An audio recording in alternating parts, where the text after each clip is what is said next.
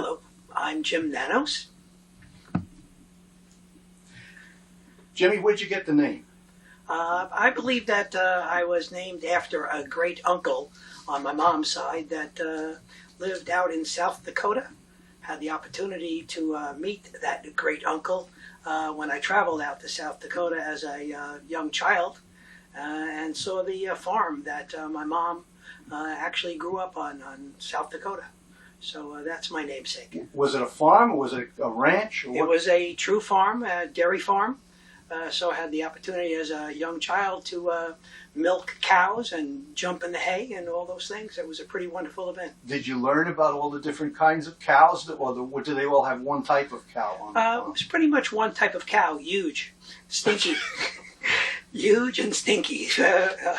Us suburban kids didn't run into many cows when we were young. But and was your great uncle Jim or James? He was Uncle Jim. Uncle Jim. Yes. Was he one? Was the only uncle you had on your mother's side? No, there were a couple uncles that shared the farm at that time. They were elderly, up there in the late 80s and one in the early 90s. Were they bachelors or were they They were bachelors at that time, yeah, and spent the time on the farm. So how old were you when you made that trip? I believe I was 8 at the time. 8. It's pretty. Okay. I remember it pretty well. That's beautiful country out there. Oh, it certainly was. Is it still? Last time we were out, I think I was out in 90. I think it was out in 1990, and the country is still pretty spacious and wide, and a lot of families. And my mom still gets a newspaper from a hometown out that way. She gets it weekly. What's the nearest big town or big city that? Well, Millbank is the town that she was from, and in that area, there's just clusters of small towns, farming communities. Are you the only child of your parents, or do you have brothers and sisters? There were 6 of us all together, a true flock. I have an Irish twin. I'm born in the same year as my older brother Nick, 11 months older than I. So we spend a month each year being the same age. And Nick and myself, and then followed by 2 more brothers and 2 sisters. So, and are they all in this area of the country? Oh, absolutely. They're all here on the island, and every family holiday is a festival. Usually between 30 to 40 people, depending on how many college-age nieces and nephews happen to be in town whenever. How many are there altogether at this point? There's 12 grandchildren of my parents. Okay. So your mother, I guess, was the primary influence in your being Jim today. I believe so.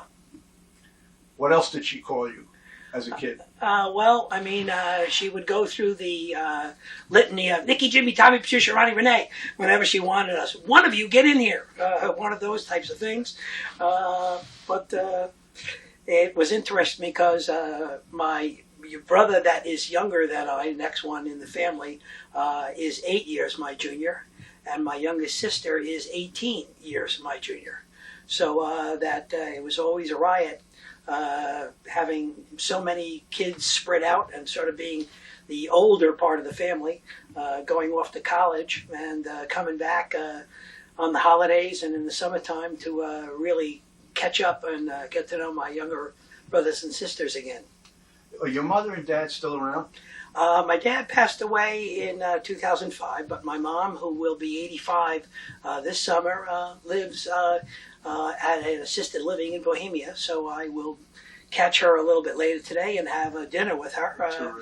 And I usually see her once or twice a week, and she's doing pretty well. Oh, I'm glad to hear that.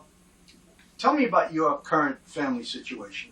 Yourself, where you're living, and are you by yourself today? Or? Well, I went through a divorce back a while ago, but my lady friend Simona and I have been together for now as long as I was married, 17 and a half years. So that makes it interesting. Our kids sort of grew up together almost like brothers and sisters. They called each other stepbrothers and stepsisters, and got together a lot when we could. So you are the Nanos bunch. Yes, we are the clan. Simona was an only child, so when she came into my life and meeting my family, it was overwhelming to say the very least. With so many folks, just getting to meet and try and memorize so many different names was a true challenge for her. What was the year and the date of your birth? I was born December 22nd in 1947. And your earliest memory would be of what? Well, I know that we lived in Jamaica, Queens at that time, and I do remember the L.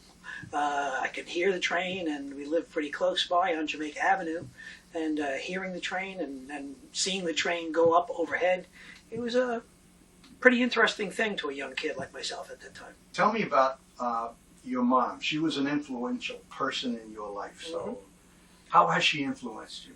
Well, she herself was the daughter of a teacher, and so there was always that influence from my grandma, I think, with respect to having a teacher in the family. And I know I didn't get to see her as much as I always had wanted to, because they lived in the Midwest, in Wisconsin at the time I was growing up. But she was an adventurer. She traveled to the DEW line even as an older woman. That's the distant early warning line in northern Canada, and she participated in a lot of travel and trips herself. So she was a very positive influence. What was your mother's maiden name? Heffernan. Okay, so what nationality would that have been? She was Irish. It sounds that way to me. Yes, indeed. Yeah. Was she born, your grandmother born in this country, or was she born over there? Yes, she was born in this country, yes. So you've got some substantial roots on your mother's side. Yes. Was the same true of your father's side? My dad was born here in the States, but his mother and father, my grandparents, were born in Greece. Aha. Okay, so it's an Irish-Greek wedding. Always been an interesting blend. A drinker and a lover.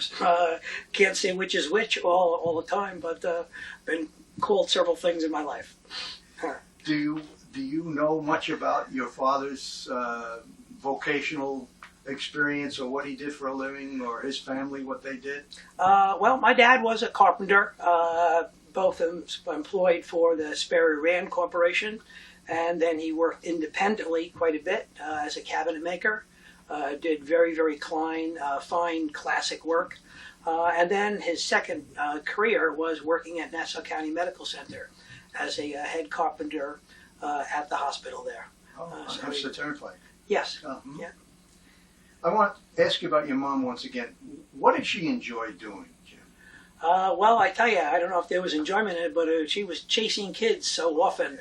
I don't think she got to enjoy herself as much as she would have liked to until a lot of us get out of the house. But certainly she participated in things like my dad was part of the American Legion and the VFW, and my mom became an auxiliary member of both of those organizations. So she had time to get out and help with the parades and participate along those lines of fundraising and things like that. Well, if you were born in 47, the war was just over 2 years before, so the organization was a very important part of many people's lives at that point. Well, interestingly, my dad was in the Army Air Force, and he served on a boat. So, that's always interesting. He was in the 8th Air Force that on the boat that picked up pilots coming back from overseas via the Aleutian Islands. So he spent time at sea basically chopping ice off the boat so it wouldn't sink. So it was an interesting career. What's the earliest memory you have of your dad? I guess probably just building things in the shop. For instance, one of the things that my dad developed for my older brother Nick and I were what later became, I guess, Lincoln logs. My dad built and made so many of those out of scrap wood for us.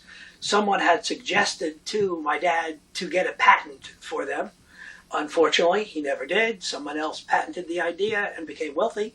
That was one we could have used.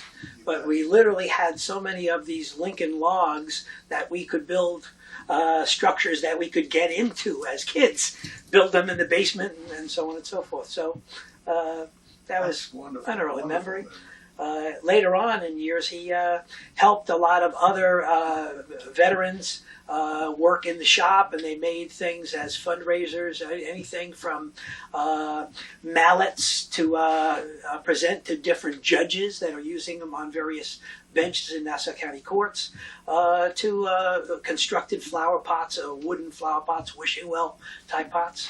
So he was very, very handy. I never thought that he got enough money for the things that he did. He created. He was a great... Did I understand you to say there was 18 years difference between the youngest of your brothers and sisters and the oldest? That's correct. You must have learned a lot from in the family. Oh, absolutely. Changing diapers at a pretty early age. And when I came back from college, my sisters really enjoyed my company. I enjoyed their company a lot. I had a motorcycle back in those days, and the older of my two younger sisters, I would, drop her off at school on the back of the motorcycle. Apparently, she never told her friends that I was actually her brother. So she just got a kick out of having me drop her off and blowing me a kiss and so on and so forth. Have you ever had a desire to, or have you ever returned to the countries of your origin? Have you ever gone to Greece or to Ireland? I have been to Greece, yes. When I actually went back to a small town outside of Sparta, where it's my understanding that my grandparents hailed from. Unfortunately, the churches are the places where these records are stored. And the church where we believe that the records of my grandparents' birth had been destroyed in the fire. So I was not able to trace that back, but I was able to visit the towns and villages. If you were to attribute lessons learned, let's say, and put it in a family context, what has being part of your family taught you? Well, we really help each other out quite a bit. We have a lot of sharing going on. We're together on all of the holidays. And, when there's ups and downs, we're all there together for each other. And in every way, financially, loving, socially. Has the way of your family and family life changed over the years, Jim? Is it still pretty much what it always was to you? It's pretty much what it always was. We have a close group of nieces and nephews now. It's really great to see them get together and communicate with each other as we did, of course. Great example to set, yeah. Yeah, just a lot of fun, Were there other adult influences besides your mom and dad that had a formative effect on you as a young person growing up? Well, I participated in the Allied Nautical Cadets, Sea Scouts. My dad became a member of it, and that's probably one of the places where I had an introduction to the concept of being an educator myself. I took some first aid classes. I took some seamanship classes from some of the other gentlemen who also were veterans at the time, who are participating in the Scouts and helping us learn seamanship. And then as I progressed through the ranks, I became a teacher. In the Sea Scouts, I taught first aid, I taught seamanship, the Blue Jackets manual, so to speak. And so that was, I think, part of what directed me towards being an educator. You anticipated that question. I was just about to ask you. How old were you when you first knew that maybe this is something that would be fun? I would like to do this. I was about 12. I'm very sure, because I was already teaching the Blue Jackets manual, Morse code recognition, and so on and so forth, and seamanship and rules of the road, and so on. Did you have, if you're lucky, you had some unforgettable teachers. Do you have any that you can remember from your early school years? Oh, without doubt. Best, perhaps, is my 6th grade teacher, Mr. Giuliano. rough and tumble guy, but really made sure you knew your stuff. I think I modeled some of my technique for things that he instilled in me. Boy, do we know our times tables. Boy, we knew the facts and figures. When he said, learn it, you put your time and energy in for a couple of reasons. You really wanted to please him, and also he had a positive authority, real positive authority.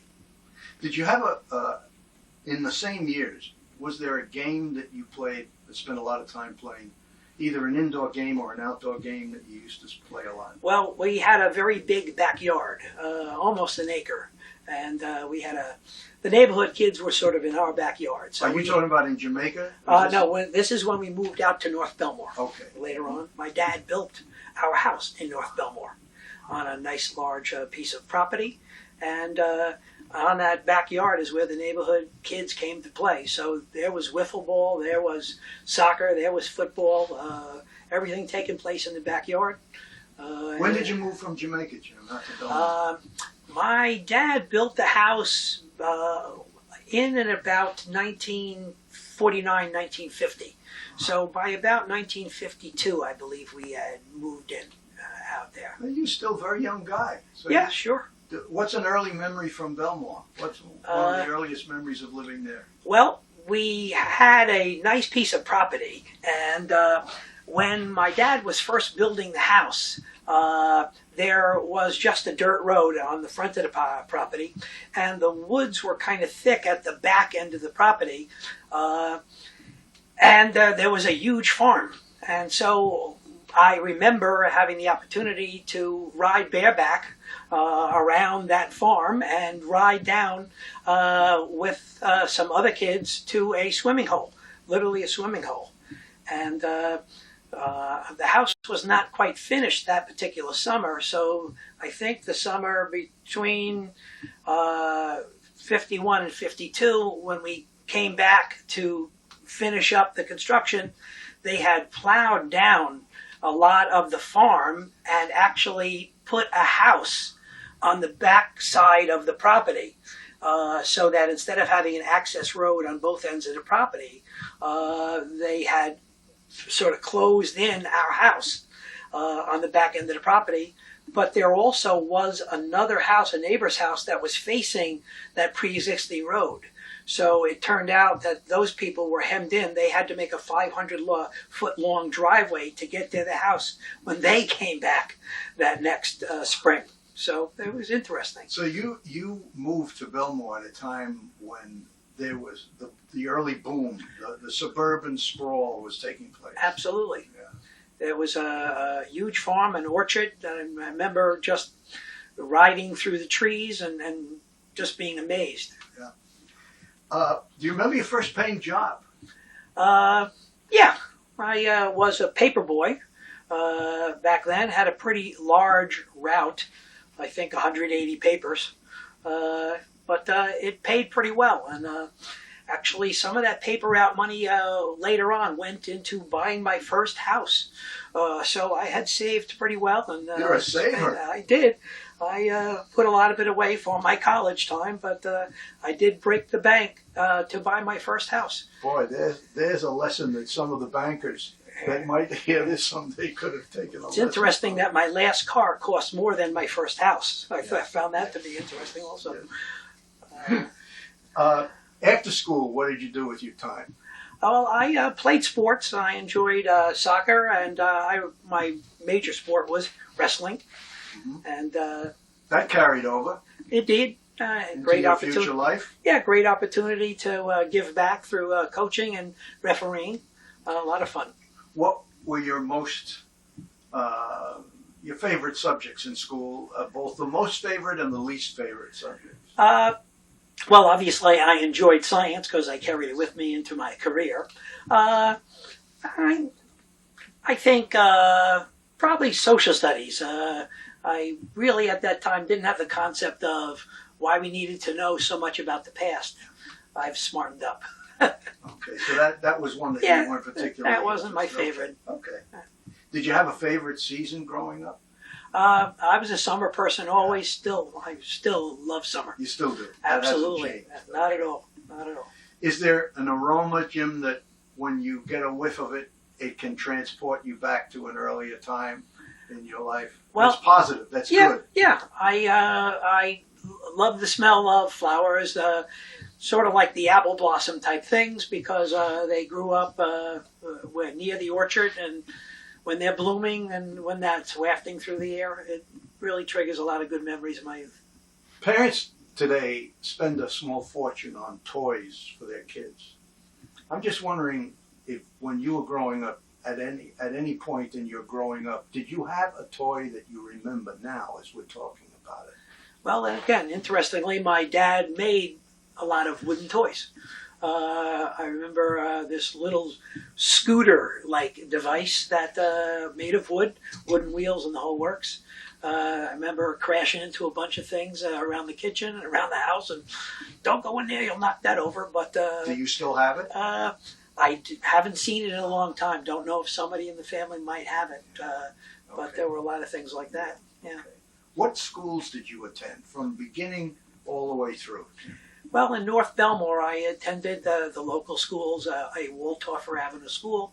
But at that time, the North Belmore School District was growing dramatically. So as they were adding on to the various buildings, myself and my older brother got bused to a number of different schools within the district while they renovated one building or added another wing on. So I went to the Jacob Gunther School and also the Sawmill Avenue Elementary School. Are they still there? Are they open? The schools are physically present, but I believe one of them is now an apartment complex. Uh-huh. They changed that to apartment complex. I went to a junior high, and that was Jerusalem Avenue Junior High. That building does still exist, but it is a business complex at this time. Wow. So that got changed over. And then high school, I went to Wellington C. Mepham in North Belmore. And my first memories of that building were actually going past it in a horse-drawn sleigh. During the winter time, being bundled up and going past the high school I would eventually attend in a horse-drawn sleigh, and just wondering what that big building was at that time. Did you ever have occasion in your sports activities to compete against your old high school? Indeed, both as a coach and as a referee, working with some of those kids from the school. My mom recently had an opportunity to see the wall that is down in the basement of the Mepham High School, where my older brother and I's pictures are hanging. She had never had an opportunity to see it, but she went there with a group of senior citizens and was able to get down and see our pictures on the wall. So that was kind of a special treat for her. And what about post-high school? Where did you go to school after? I attended Oswego. Had a great time up there. That's a teacher's college. Teacher's college, a part of the State University. So there was no doubt about your future at that point. I was very, very destined and determined to become a teacher. Okay. And I enjoyed my time up at Oswego. It is up on Lake Ontario. It's pretty far up there. It's cold, snowy. I was going to say, that's the snow belt, isn't yes, it? but summer's nice up there, both days. So, we always have a good time. Got back to visit some college friends and actually stopped by to see my high school wrestling coach 2 summers ago. He's doing very well. And you got a baccalaureate from that school? Yes, I did. And where did the master's take place? I got 2 master's degrees. The first one was at Stony Brook University. And the second one was from Hofstra, and that was a grant. It was actually a free master's degree, and it was wonderful. I got my certification in health education through that second master's, because at that time, in the early 70s, there was no individual certification for middle school science and health teachers. So it enabled us to get a health certification for middle school health teaching. And the master's at Stony Brook was related to your academic background? Yes, it was science. Okay.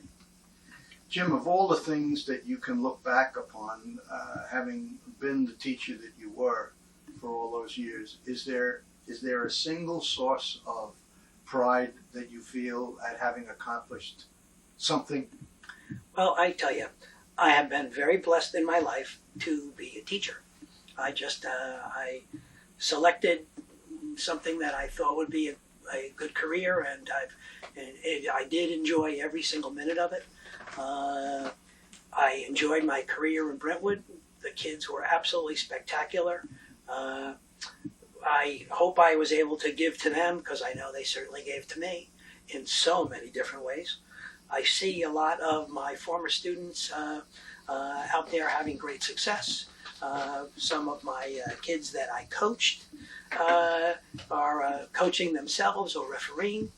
I see the kids in different walks of life, whether it's professional or just hard at work in their lives, enjoying themselves, and I've been very blessed. Speaking of being very blessed, I don't want to shortchange other members of your family. We talked about you in the family, in the hierarchy of family. You've got grandchildren, and we haven't talked about them. So I would like you to tell us about the grandchildren. What are their personalities? What are their interests? Well, I have one. I just have one, John. One. Yes, that's Eric. Okay. He's just turned 2 this past week. This is my stepdaughter's son, Simona's older daughter. And he's 2, and he's a rip and a tear, and just a wonderful kid, and I think very intelligent. How old is he? He just turned 2 this past week. Oh, okay. Yeah. We know about that age. Mm-hmm. We know about the independence and the just say no element to being 2 years old. But do you or does she recognize any other family traits even at 2?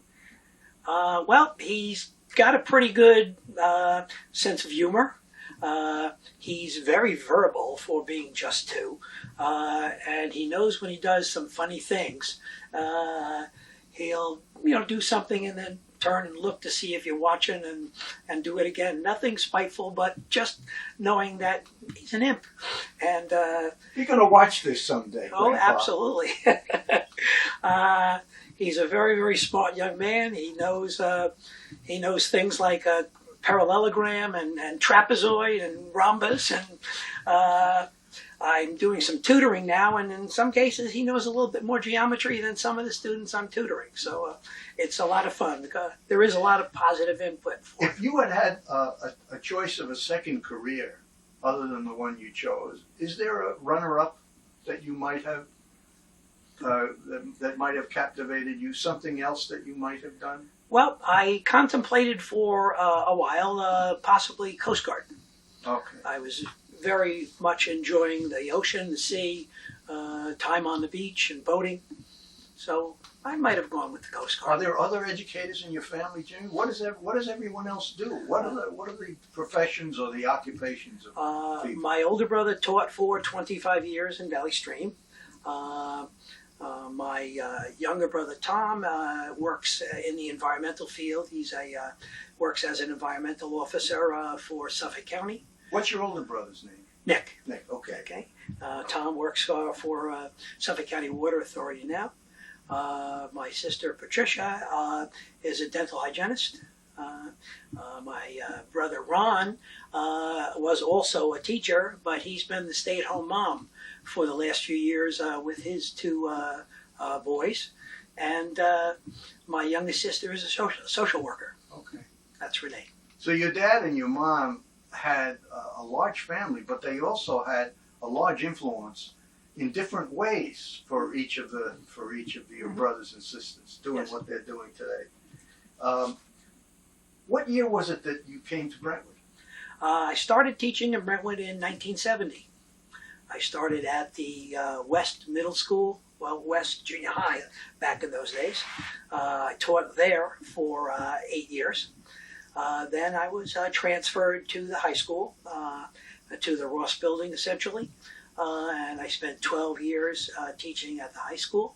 Were your certifications such at the time that you could teach both elementary and high school? Well, interestingly, because I was a junior high school science teacher and I was being moved involuntarily to the high school, there was some question as to whether or not my certifications would carry over. So I represented the Brentwood Teachers Association at a conference on school law that was also attended by George Mann, who was the assistant superintendent at that time. He represented, obviously, the school district. And quite interestingly, I was due to have a hearing with regards to my certification and whether it would carry over. And at that conference, the exact case that would be my case coming up in about a week was discussed, and it indicated to the district that I would absolutely be able to carry my certifications up to the high school. So the meeting was moot, and I was able to move in both with my seniority and my tenure to the high school. Wonderful. Still, How did you come to Brentwood? Why Brentwood? Interestingly, there was a lot of different options. I had a lot of different backgrounds. I had elementary certification as well as some science certification. I was also interested in coaching, and when I went through the checklist, Brentwood met those criteria and met those needs. Okay. And I saw that that was a community that was developing. I saw that there was I felt and saw that there was going to be a lot of growth in the district, and I felt it was a good place for me. What other communities had you checked out, or what other applications had you put in? Several places on the island. I was also like Half Hollow Hills, and I was also offered a job in Oswego itself, where I was an undergraduate. They were going to be building a new high school at that time. But I also had some other influences. I was seeing a young lady at that time who would eventually become my wife. So there was some draw to get me back to the island too. As Connie Chung once said, between you and I, Jim, did you ever regret that decision of coming to Brentwood? Not at all. I've really enjoyed myself all the time. Had great experiences. The kids have just been great. I should say great to me. They've given me so much through the years. One of the things that I did with the kids way back when with another fellow teacher, Jerry Hollings, we did some spelunking, cave exploration, and we did some mountain climbing and taught the kids belay technique and rappelling through sort of an adventure club, and a lot of kids. Where did you do that? Upstate? We did that around the Shawangunk Range, the Mohonk House, and up there, and those were times. So enjoyed those kids. A lot of those are still in contact with me. And through the years, I lived in Brentwood. So it was great. The kids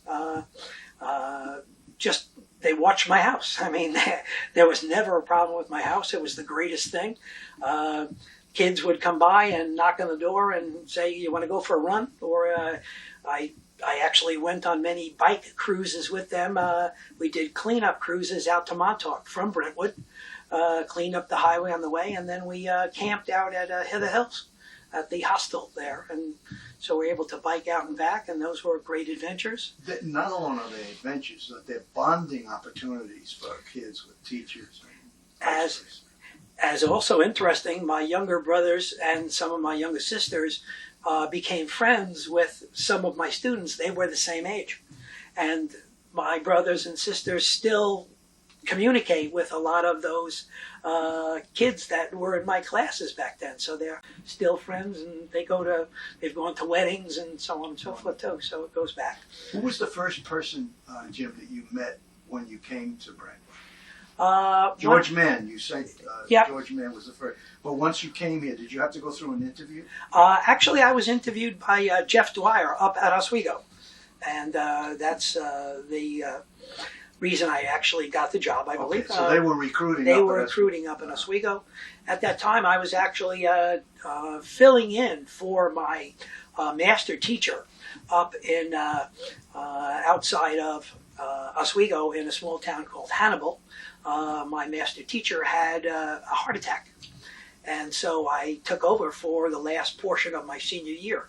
And I was offered a job at that location. But of course, Vietnam was going on at that time, and they weren't going to give anybody any deferrals, deferments, rather. And so the option to come to Long Island was better for me in the long run. Okay. Do you remember any of the questions that might have been asked at the time that Jeff Dwyer talked to you up there? Some things about how to handle kids. Okay. I remember saying, calm the situation down. Let everybody simmer down a little bit. Come back and then open some doors of communication. Not unlike what it's like trying to break up a fight between your brothers and sisters. That's sort of par for the course. And just, what my goals would be as far as a teacher, or, was I interested in pursuing a higher education and doing coursework along those lines. At that point, being new to the classroom, and you said you began in the middle school or in the junior high, what did you hope to achieve your first year? Do you remember having a particular goal in mind, or did you your objective, has it changed over the years from the first year? Well, I knew that I wanted to get some facts and figures out to the kids, but I also felt that it was important to have a practical application of science, to give the kids some uses for the things that I was going to teach them, whether it was around the house or just how to drive, look out for ice on the road, just some things that would be practical applications of science in their daily lives, make it more meaningful, make it more useful.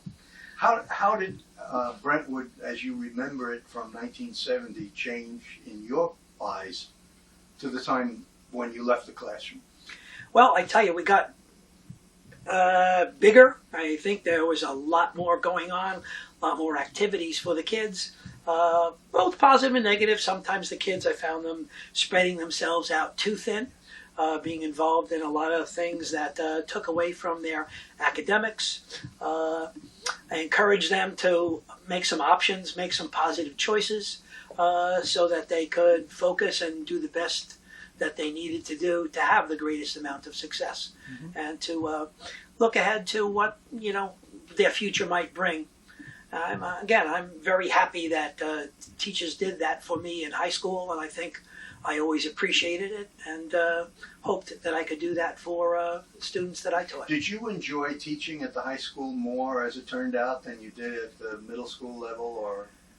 Well, I tell you, I enjoyed both. I started at the junior high, I got to the high school, and then, of course, I finished my career back at the North Middle School from about 1991 to finish up, 1990 up to finishing.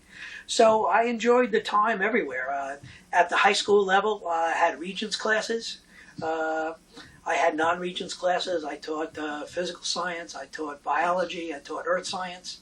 I was very pleased to have a high passing ratio of students on the Regents, very proud of that. But also, I was proud of the fact of being able to get through, I think, to a lot of kids in those non-Regents classes and have the science be pertinent once again. I can remember that you were always regarded as one of the students' favorite teachers. I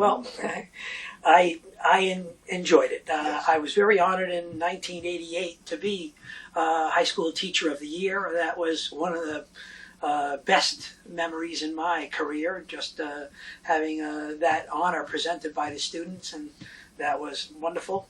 But I also had opportunities to work with kids on the Science Olympiad, another fun thing to do. And again, I saw something going on with a lot of the kids, I think, and I had to find a way to get involved. And that we lost a couple of great students to some drinking and driving. And that got me involved, especially through one family, the Plant family, that lost their daughter in a drinking, driving catastrophe. And I got myself involved and became the supervisor to SADD, Students Against Drunk Driving. And that was a highlight of my career also, to I think, be effective and to hear the feedback from parents that they were so happy their kids were involved in it. So it's been great. Who do you remember working with the first couple of years, Jim? Well, some of the people are with you even at the end of your career, and some of those people have left way before you or moved on to other places. Who did you work with the first year? Well, I tell you, somebody who I actually always thought was great was Sam Weissman, a guy that came out of industry and became a teacher later on in life. He had a lot of phrases, catchphrases that maybe not, you really can't put them in an interview, but there was a lot of good catchphrases. And I actually emceed his retirement, I think, my first year as a teacher. I thought so very much of him that I was able to MC his retirement, and he said that he had a 50-cent piece that he claimed was the first one he made, and he left it to me. So still have it, for sure. But he said, you got to work for goals, and you got to set them and then aim for them. And that was one of the things. A perfect segue to the next question. But I don't want to stop you. No, I worked with people like Dick Philman and Tony LaScala, Eddie Hardman, Ron Ioka, guys in the department really broke me in pretty well. That was a great thing. When I moved to high school, because I had my seniority and kept my tenure, I didn't have to sing the Schaefer song like most people had to. For those of you that aren't aware of that, the Schaefer song was a TV commercial where the newest member of the workforce had to stand up at a table and sing the song, which we had a lot of our new employees in the science department had to do that in various parties and so on and so forth. And then, of course, moving on to the North Middle School, it was pretty well established, but also some great people over there, too, to rub elbows with. Barbara Festa helping me out, and just, good. You had great camaraderie in the science department. Oh, yes. There was a cohesive support system for people in the department. They were great. Was it that way when you left? Is it still the same way? I believe so. The best thing about the science department, I think, back in those days, is in the R.O.B.S building, the second floor was just science. So if anybody came drifting up the stairs on one end of the hall or the other, it was all science department. What are you doing here? Where are you going? So it was easy to keep tabs and keep things under a good reins all the way up there.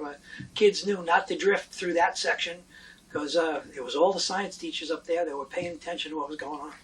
You started to talk before about the importance of having a sense of purpose, of a goal, with that 50-cent piece that you still have.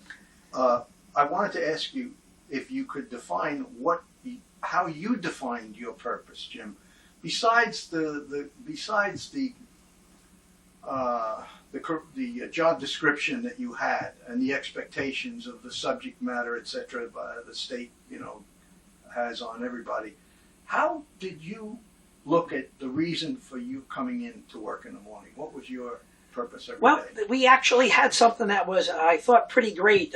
We had an opportunity to take some classes, and Bobby Frankel was part of it, and it was a humanistic education class that really gave us all some more insights into how to deal with people as people, whether they were students or not students, but just being able to deal on a very humane aspect and really treat people the way you wanted to be treated, and give the kids a real opportunity, not putting kids in a corner, not backing them into a situation where it was one thing or the other, giving them an opportunity to explore, to become the best that they could be at what they could do best, and finding that for as many students as you possibly could. Yes. So sometimes it was taking the student that may not have been the top of the class, but giving that person some responsibility to give them importance for their life and importance to the class. Yes. So just having that ability, it was fun to do with the kids and have them appreciate it. You've mentioned the continuing connections you have with your former colleagues, but you mentioned something about a Romeo Organization. Tell me about that. Retired old man eating out is Romeo. It's not my term per se, but it's in use around the town. Do get together with a bunch of retirees, many of whom are former Brentwood teachers. We hike, we do a little biking, we do some kayaking, which I've really enjoyed lately, and had an opportunity to get out quite a bit. So we do get out and do some hiking out on the east end of the island, and splash around when we can. You were active in the Brentwood Teachers Association, but you were very active in the union at one point or another, weren't you? Yes, I was chief delegate and member of the executive council for a number of years. What was one of the most satisfying outcomes of that effort on your part? I think that, again, in our district, we have a great group of very professional people. And it's been a pleasure to rub shoulders with them through all the years and learn a lot from other people.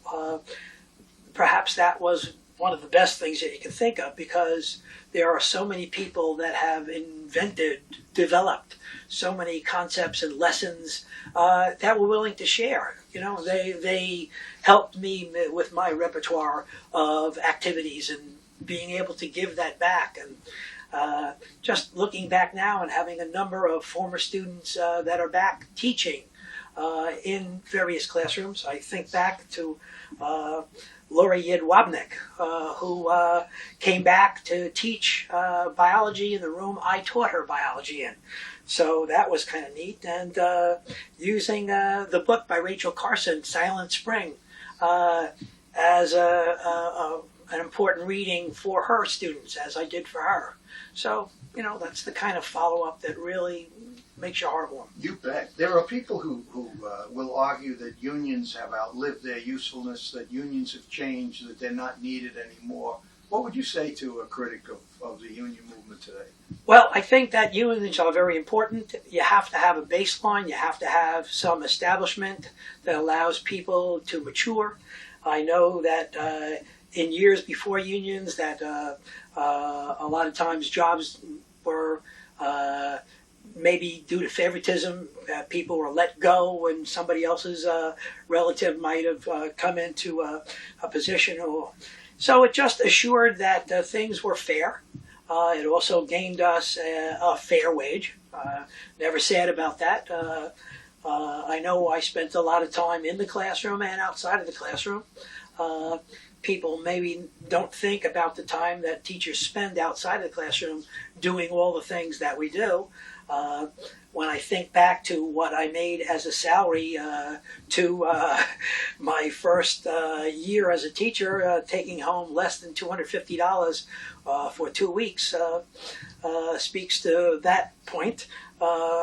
And that, with the economic times, you still could do pretty well. You weren't living high on the hog, but you could still do fairly well to support yourself and your family. So I think, fair labor laws, making sure that things were done right and appropriately in all cases. Have you ever walked into your classroom and been afraid to go to work? Never. I enjoyed every day. I couldn't make it, blow up or turn green every single day, but there was always that opportunity to, try and get a little awe. Okay, have the kids take a look at something and learn something, and I loved experimentation and having the kids discover, find the process out, and participate and get their hands dirty and get in there and figure out what was supposed to happen. You're a guy with a very even personality. You've got a good sense of humor, but I'm sure there are things that really get you going. What makes you angry? And in terms of your professional involvement, what is it that used to get under your skin? Well, sometimes I think that maybe administration might keep you in meetings that didn't necessarily I would rather have spent more time with my kids after school than attend a particular meeting that may not have had pertinence to things that I was doing. Would have liked to have had more opportunities to have chances to get kids out. There was some drawbacks to being able to take field trips. There were some drawbacks to be able to, later on, we couldn't possibly take kids spelunking and mountain climbing due to issues of insurance, things like that. And again, understandably in some cases, but it sort of held you back in some cases. I'm going to pick up the pace because I don't want to run out of tape. I want to get all these answered if we can. Okay. What date did you officially retire? I guess it's June 30th, 2007. Okay. The total number of years in it been? I had 37 years teaching to the Brentwood Schools. Did you have second jobs during any of those years? Usually. I taught night school. I was always a wrestling referee or soccer referee. I did tutoring. I did the home teaching also. I had a tree business for a good long time period there. Wound up doing a lot of tree work for faculty. People never had to advertise, so that kept me busy. And What was your reason for leaving? Why did you retire? I think time was right. My kids were grown, finished with college. I was at a point in life where sort of the college loans were paid off. Luckily, my kids had scholarships, so they weren't too great, so that was helpful. I think that it was just the right time. I just sensed that it was the right time. Enjoyed what I was doing, but time to step out. If you had it to do over again, is there anything that you would have done differently? I don't think so. I really don't think so. I am enjoying retirement immensely. I get up at 8:03 every day because some wise person said never get up before first period starts. So, 8:03, don't need to set the alarm. I'm right there. And so it's a beautiful thing. There was a lot of stuff that was fun. What was the most fun part of teaching? Well, I think when I was coaching, I had the opportunity to have my kids wrestle a couple of my brothers' teams, both as wrestlers themselves and as coaches. So on several occasions when my teams wrestled either against my younger brothers, I didn't tell my own kids that the coach across the mat there was my brother until we got to mat side, and then I happened to mention, hey guys, could we do a special job on this other team today? Because you see that guy over there? That's my brother. Can we kick some butt? So we did that. And then, of course, my younger brother, Ron, the first time he ever had a chance to wrestle, he came out with his team to Brentwood. And those kids were real great wrestlers. And his team from North Belmore came into the locker room, and they were sort of kidding around and joking around, and wave hi, Jim. And then I turned to the next aisle where my wrestlers were lined up in military fashion. They always shave their heads. I said, "Gentlemen, are you ready for weigh-in?" They went, "Yes, sir." And the kids from Belmore peeked around the corner and saw all these kids standing there like this. My brother wrestled Al Baravecchio that day, a name pretty tough in wrestling, and Al asked me, "Coach, he's your brother, what should I do?" I said, "Wrestle!" He dispatched my brother Ron in just a few seconds, put him to sleep pretty quickly there with a pin, but they became fast friends, and my brother Ron would not cry. He said, "Can I come out and work out with you guys?" And they did. Worked out weekend after weekend with my guys. What do you miss the most? Well, I'm lucky because I'm doing some tutoring now, so I'm not away from that aspect of it all. So I do miss the kids. I just got a fantastic email from a young lady that sort of is special to me. She said, her name is, I can't think, Hamlani. I'll have to. Yeah. Okay, Mawish Hamlani. She said, "Mr. Nanos, I wish you were still teaching, because do you remember that back when you were teaching, you used to take a ring stand, and at this time of the year, you would put the names of various people on these ring stands in the positions where they used to sit. And Mr. Nanos, I'm this year's valedictorian. So she said, you know, I wish you were there to put my name on my seat there. So I stopped back about a week ago, and I went into the young man that took over, and I said, would you mind putting Moish Hamlani's name on a ring stand? I had it already made up, and put it in place, and here's where the valedictorian sit, and here's where the salutatorian sat, and number 3 is sitting here, and number 4 sat there, and number 7 sat here, and number 9 sat there. And then what was fun doing is adding up their scholarship money and putting their scholarship money there and encouraging those kids in the future to get to that position in the high school, do their very best, but try and, you know, struggle to get there. Great story. And it was fun. And is there anything that you would like to have accomplished, Jim, that you didn't get to or you couldn't? I would say no. No. I really had a great time. I enjoyed myself. Did you have a favorite year of the whole? Well, when I was Teacher of the Year in 1988, I think that was very much a peak. Kids like Deneen Pashukas, Lori Duty, those kids were just great. We had many proclamations from the town of Islip. I got a very nice proclamation myself from Bob Anastas, who was the founder of SADD, for the work that the kids did. And it was, you know, it all came from the kids, but it was nice that he presented it to me in care of them. So, what haven't we talked about? What have we left out? Is there anything? I just think one of the things, the ages at the high school was our split session years. That was an interesting time to be a high school teacher. As the district grew and the high school was growing, we had some temporary buildings, and we were just growing in size. It's even gone to such a greater extent today. But we were on split sessions, so I was in the afternoon session, literally teaching from 1 p.m. to 6 p.m.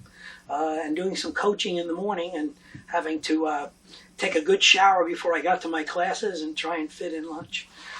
Those were interesting years, and I remember yelling and screaming that I wanted to get into the morning session, and I was told, don't worry about it, don't worry about it.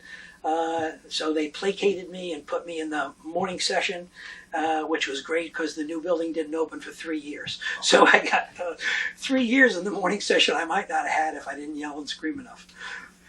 Complete the sentence or the phrase. Brentwood teachers are? Great people, great friends, and it's been a pleasure working with all of you through so many years. And to complete the phrase, Brentwood students are? The best in the world. We have kids that were as highly qualified as students anywhere on the planet, anywhere in the United States. And we have kids that maybe didn't have as much innate ability, but they worked hard to be successful at all levels. Jim Nanos, it's been a pleasure. Thank you for being a part of this. We can't thank you enough for sharing your experience. I thank you for having me.